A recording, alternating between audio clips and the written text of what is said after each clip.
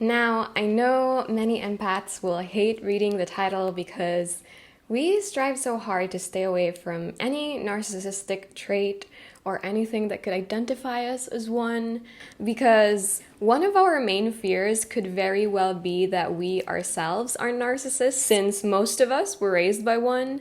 But I'm here to tell you, in case you don't know already, that it's perfectly okay to get in touch with your narcissism sometimes. And in fact, it can be vital and necessary in order to thrive in this world. But we'll get to that later. First, let's clarify some terms. An empath is someone who lacks the filters most people use to protect themselves from excessive stimulation, and can't help but take in surrounding emotions and energies, whether they're good, bad, or something in between. I think it's safe to say that most empaths are highly sensitive people, but not all highly sensitive people can become empaths. I know this because I think that I'm an HSP who used to be an empath, but because I've learned how to develop stronger boundaries, I can tune out the energies or the feelings of others around me.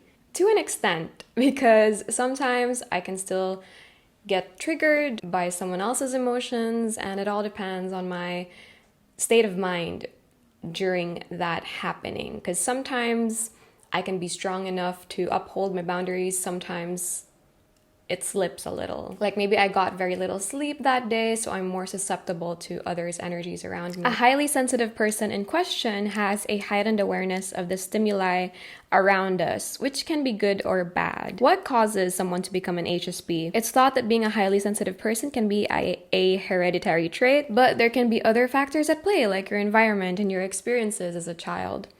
If you had childhood trauma, you may likely be a highly sensitive person. With trauma, you become hypervigilant and on the lookout for things. So the terms empath and HSP are relatively new. So when psychologists sometimes refer to HSP, they could probably also mean empath. But for purposes of this video, I'm gonna say that an empath is simply an HSP who doesn't know how to exert their boundaries properly and has a hard time separating themselves from the feelings of other people. And we'll explain why later, but trauma has a big part in it. Many HSPs can be born with a sensitivity to stimuli, like our nerves are just more sensitive in general. Meanwhile, empaths specifically absorb the emotions and energies. So an HSP can generally be sensitive to like the environment, whether it's too hot or too cold or too loud. And an empath may or may not be sensitive to these things, but what's for sure is that they can pick up on the energies of others around them. Meanwhile, a narcissist is NPD involves a pattern of self-centered, arrogant thinking behavior, a lack of empathy and consideration for other people, and an excessive need for admiration. People with this disorder are extremely resistant to changing their behavior, even when it's causing them problems. Their tendency is to turn the blame onto others. What's more, they are extremely sensitive and react badly to even the slightest criticisms, disagreements, or perceived slights, which they view as personal attacks. So I'm making this video because I used to be one of those who heavily identified with the term empath. But I think that identifying with any label too much can cause a problem, because then whatever we think about that label, we then internalize too much, and our thoughts and our personality, they affect each other in a bi-directional way, meaning how we behave affects our thoughts. Meanwhile, our thoughts also affect how we behave. So over-identifying with anything is bad. It can actually put us in a box in a way or limit our self-expression. But I'm totally aware of the appeal of identifying as an empath, as an HSP, because it means that we're the opposite of the insensitive people that we've encountered our entire lives. And it means that we can even be the antithesis of the greatest evil that we've probably seen, which is the narcissist. So calling yourself this can feel comforting, even empowering. And it's definitely great to have a term for HSPs who have a hard time exerting their boundaries, so that a community can be formed around it and we can talk more about it. For me, it made me feel proud to be everything that a narcissist was not, because early on in our healing journeys as empaths, we tend to stay away from anything narcissistic, which includes their shallowness, their manipulative behaviors, their drive to climb up social ladders and wanting to put other people down. So we stay away from all of that, and we gear towards the opposite direction, which is also as bad because, like I said earlier in the video, having narcissistic qualities in healthy amounts is actually required in order to thrive in this world. Just like how empathy is a skill that's highly sought after in the workforce because it allows you to understand the needs of your client or boss better and even communicate better with others because it allows you to imagine yourself in their shoes. And a healthy dose of narcissism helps you go after what you want, be more assertive with your boundaries, and realize that you and your work are worth more than lowballers or narcissists would have you believe. The problem comes when you lean one way or the other too much. Be too narcissistic and you may just step on other people's shoes on your way to the top. Meanwhile, be too empathic and you start to give too much importance to others and their opinions, in effect neglecting your own views and importance in this world. Now, I first had the realization that empaths and narcissists are very similar when I came across this video by Miss Swan. So in it, she explains that narcissism is a defense mechanism one learns due to the environment in which they grew up in. Unlike psychopathy, which is just the way your brain is wired and it's inborn, narcissism is learned. Empathy is the same way. So you often hear about how readers develop a lot of empathy because they imagine themselves in the protagonist's shoes if it's a first-person POV, and this helps strengthen their ability to put themselves in the experiences of others. Empathy, on the other hand, could also be learned as a defense mechanism. Because if you grew up with a parent who was very emotionally volatile, you end up having to develop a lot of empathy in order to understand the cause of their blow-ups so that you can learn how to avoid it or walk on eggshells to carefully navigate it. However, some people think that nothing influenced them to become an empath and they were just simply born that way. I think that if someone is born without the capacity for empathy, like a psychopath, then it's highly probable that someone is born with an overdrive for it. So this video, however, isn't for those types of people. This is for the people who grew up believing that they had to change or minimize themselves in order to accommodate the needs of their caregivers because their own needs wouldn't be met otherwise.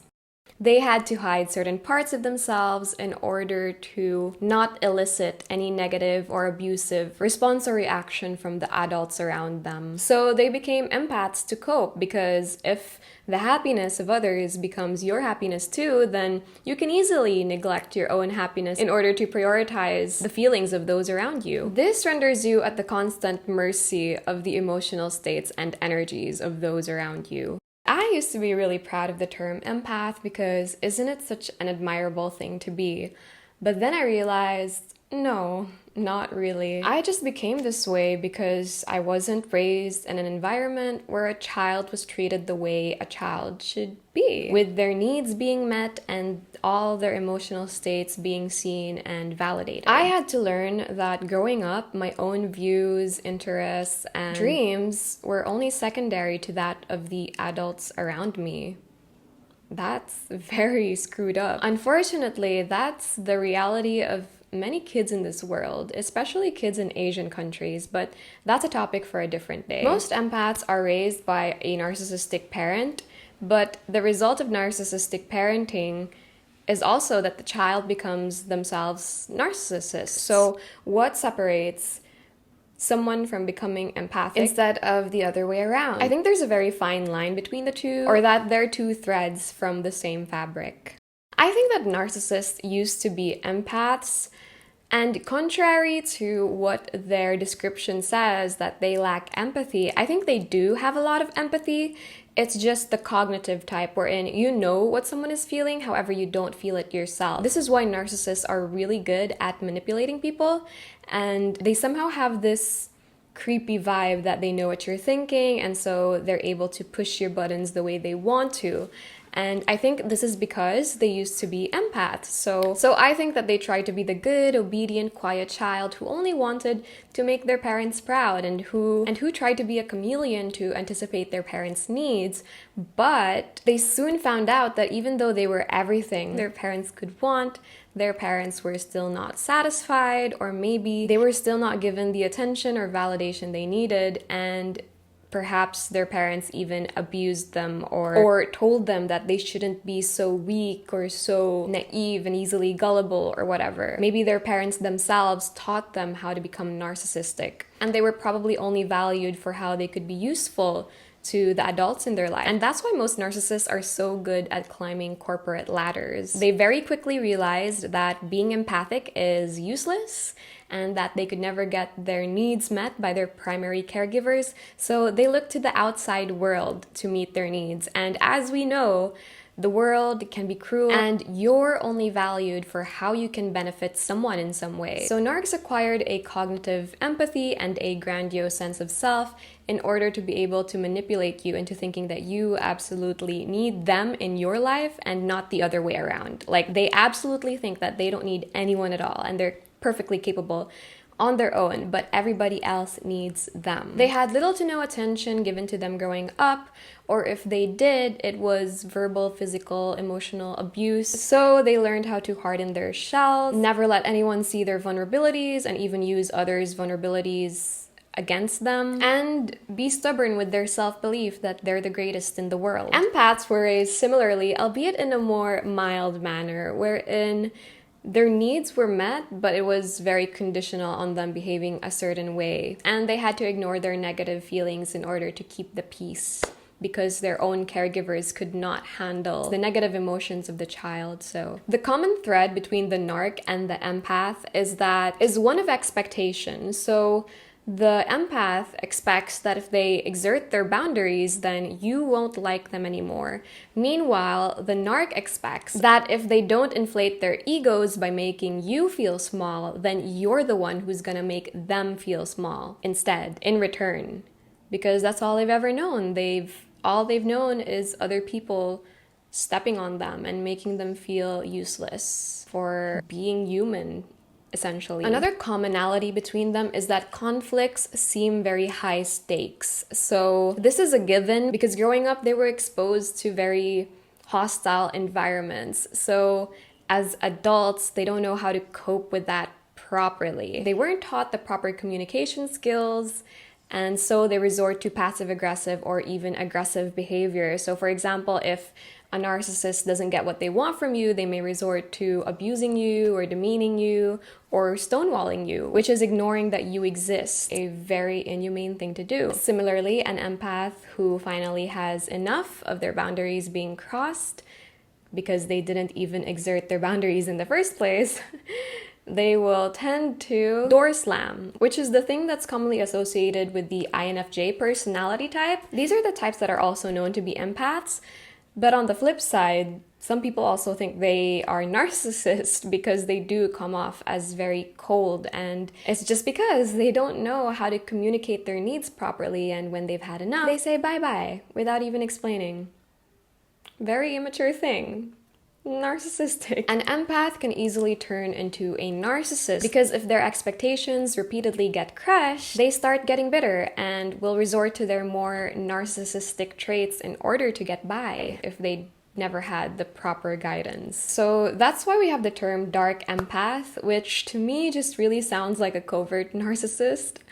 They're very similar. Empaths, also very similar to narcissists, have a shaky sense of self, exactly because their emotional states are driven by the states of those around them. And empaths have a hard time being criticized, like how a narcissist can't be criticized, because they rely on their fake self-image not being shattered. So empaths tend to also project a self-image to others of wanting to seem kind or righteous and not seeming mean or narcissistic at all. At least that's how I used to be, so we tend to ignore our own feelings about things for fear that we may come off in a certain way. But that's the thing, we fear becoming that thing, and because of the law of attraction, we become it. The more we try to bottle up our feelings, the more it'll come out in untoward ways and even making us explode.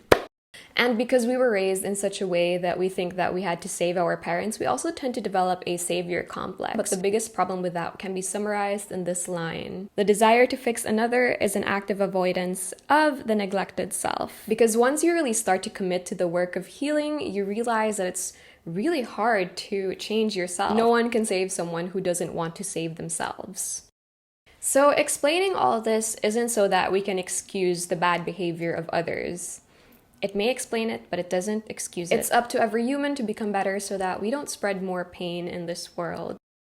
You probably might know all this information already, but in case you didn't, I hope it illuminates a compassion for others around you, especially someone who may be a narcissist, so that when you embody these traits yourself, you can be kind to yourself as well. Because it's only human to exert your own boundaries, know what you want from life and go after it, and lift your healthy ego up. And I hope this video helps you to detach from the label of empath, because although it may seem like a noble thing to be, you're no longer allowing yourself to be fully human with all your positive and negative traits. And you're denying yourself and the world from letting it see who you really are and what you're capable of. So yeah. Thank you for watching this video till the end, if you did, and I hope you leave a like. And do subscribe for more content on healing from narcissistic abuse and sustainable productivity and my experiences as a highly sensitive person. I'll see you in the next video.